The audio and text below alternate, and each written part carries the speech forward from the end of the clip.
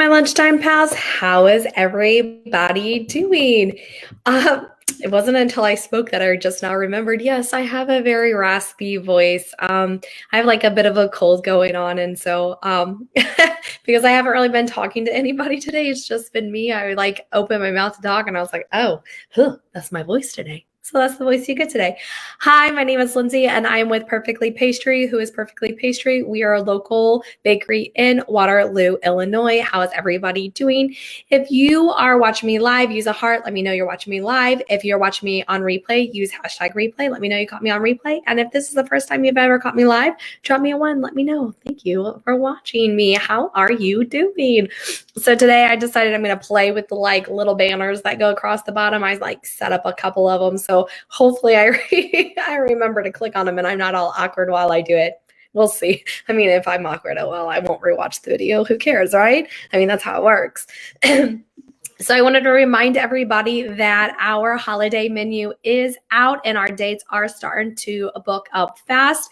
If you check the description, you will find the link so that you can click on it and go look at all the different items that we offer for the holiday. They are great for your top clients, your top I was going to say candidates because I have another job that I work at and we call them candidates.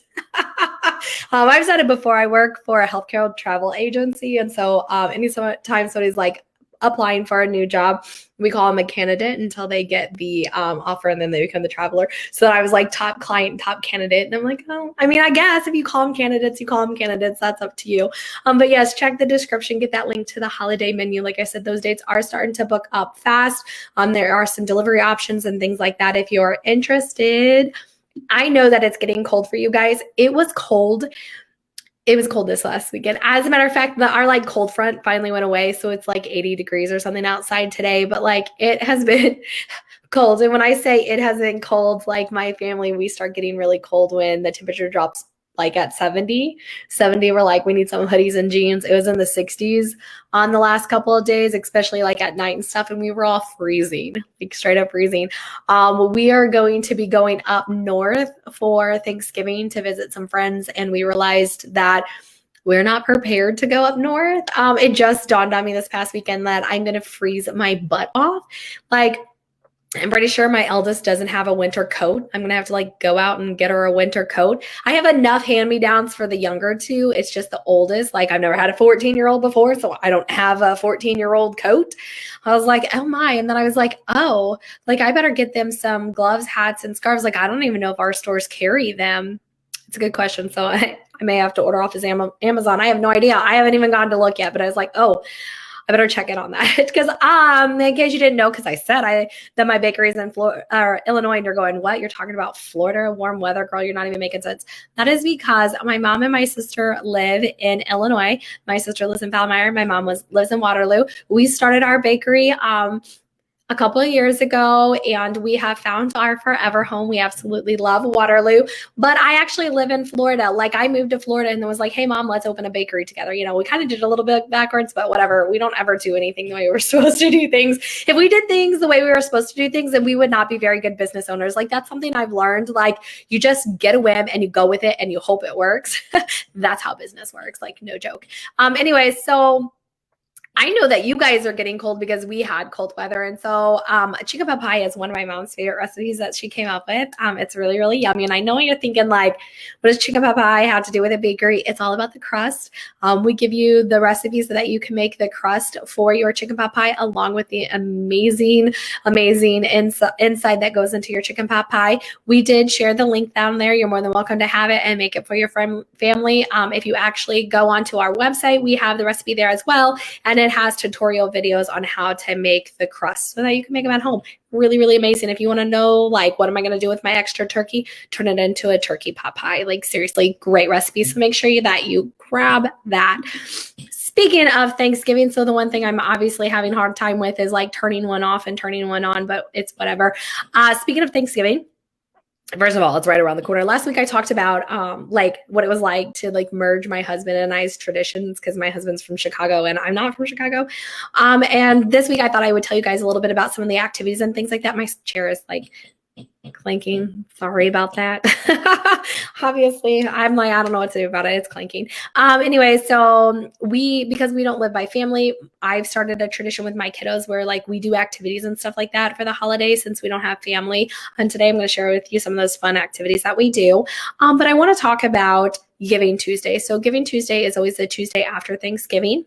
It's a big charity donation day, and we also want to give back on that day. And so we are going to host our own charity event that day. Now, you're more than welcome. If you have a charity that you really, really want to support, you can actually book a charity event of your own, and that is where you'll hand out flyers to everybody and your friends and family, and anybody who comes in and shops with that flyer, we're going to give 10% to the charity that you chose based on the sales for those flyers. But we as an organization, we want to give back. So we picked an organization that we're going to give back to on Giving Tuesday, and it is going to be the Waterloo Senior Citizen. So every purchase that is made on the Tuesday after Thanksgiving, we are going to donate 10% to the Waterloo Senior Citizen Center. So really excited about that.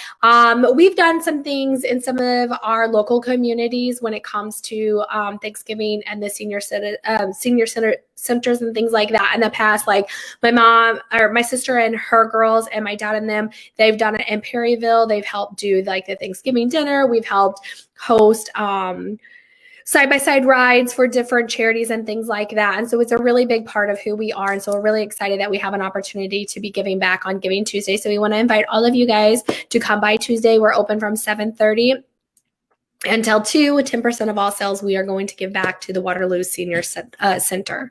So just want to let everybody know. And if you're like, oh my gosh, I love that idea, I want to do something for my favorite charity, give us a call, text us, email us, message us on social media, whatever you want to do, get a hold of us and we can get that scheduled for you. It's really simple to set up. All right, you just pretty much pick out your days and hand out your flyers and then let everybody else come and get their goodies.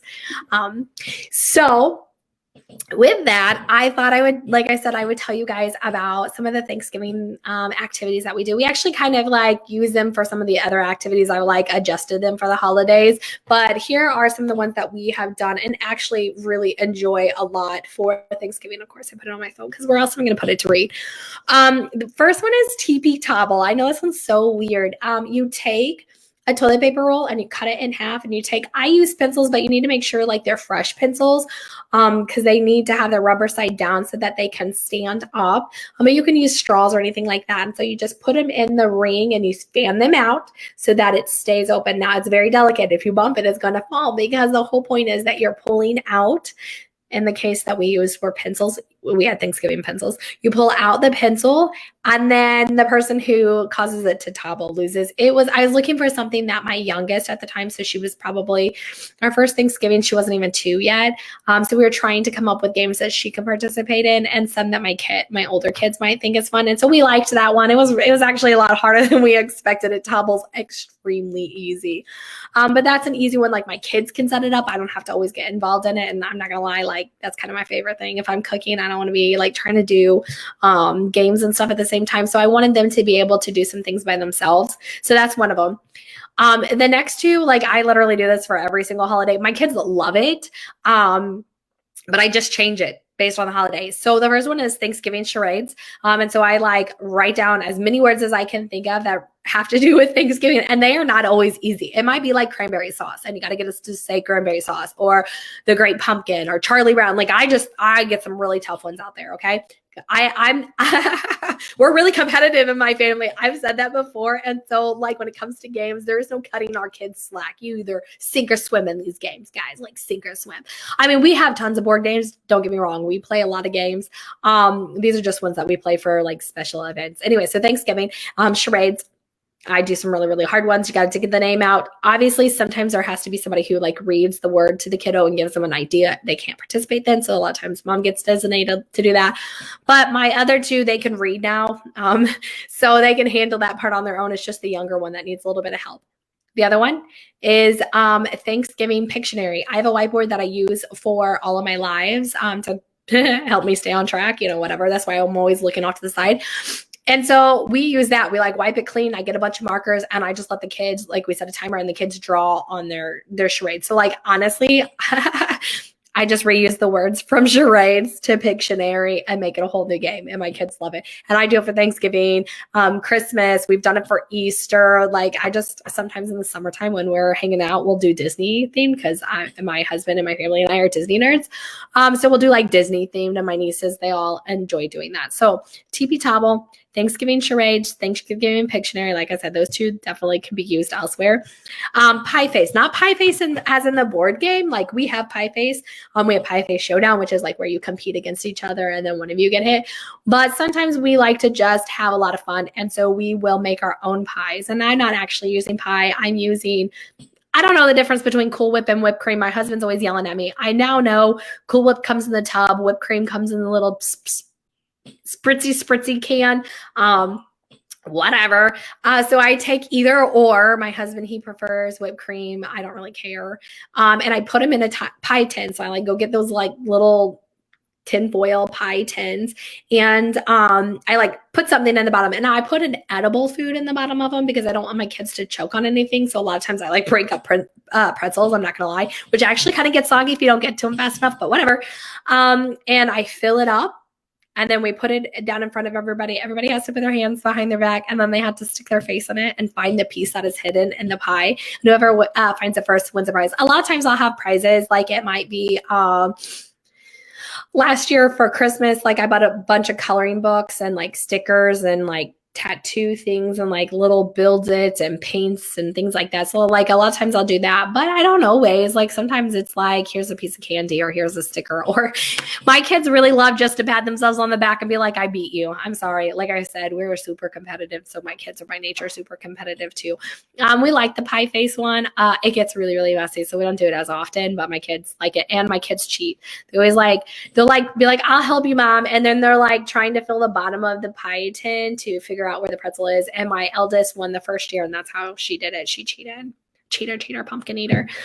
Another one that we do at Thanksgiving is called the potato race. I don't know. I made these names up. Okay. Potato race is where I make my kids put a spoon in their mouth and they have to get on all floors, and I have a finish line, and they have to roll a potato across the floor with a spoon in their mouth. Now, my floors are hardwood, so it's easier. I'm not sure how it would work in carpet. As a matter of fact, it might be a lot of fun to watch my kids struggle doing it on carpet, but we don't have carpet.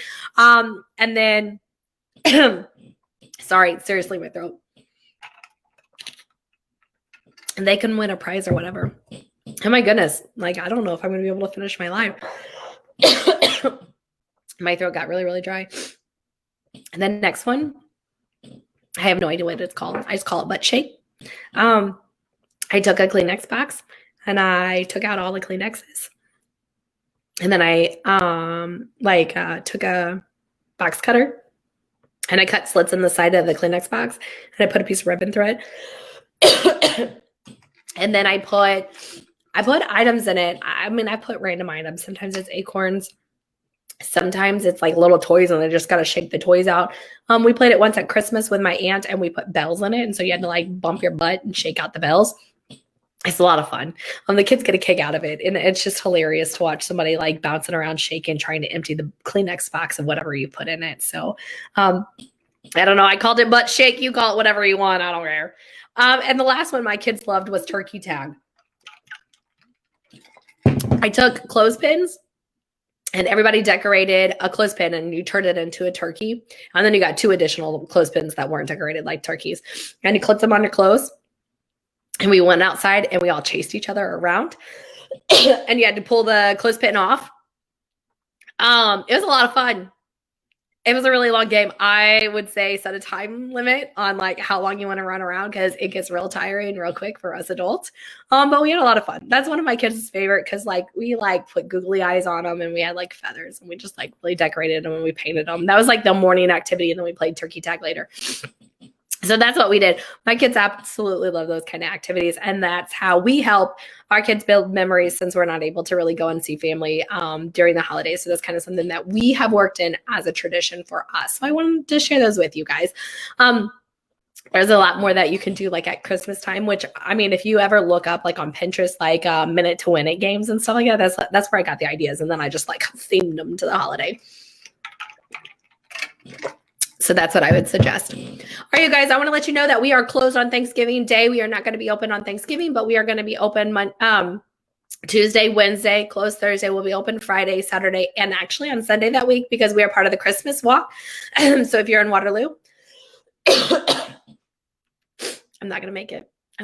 Good thing I'm almost done. So if you guys are in Waterloo and you're going to come out for the Christmas walk, we were really excited to see you guys. We are participating in that this year.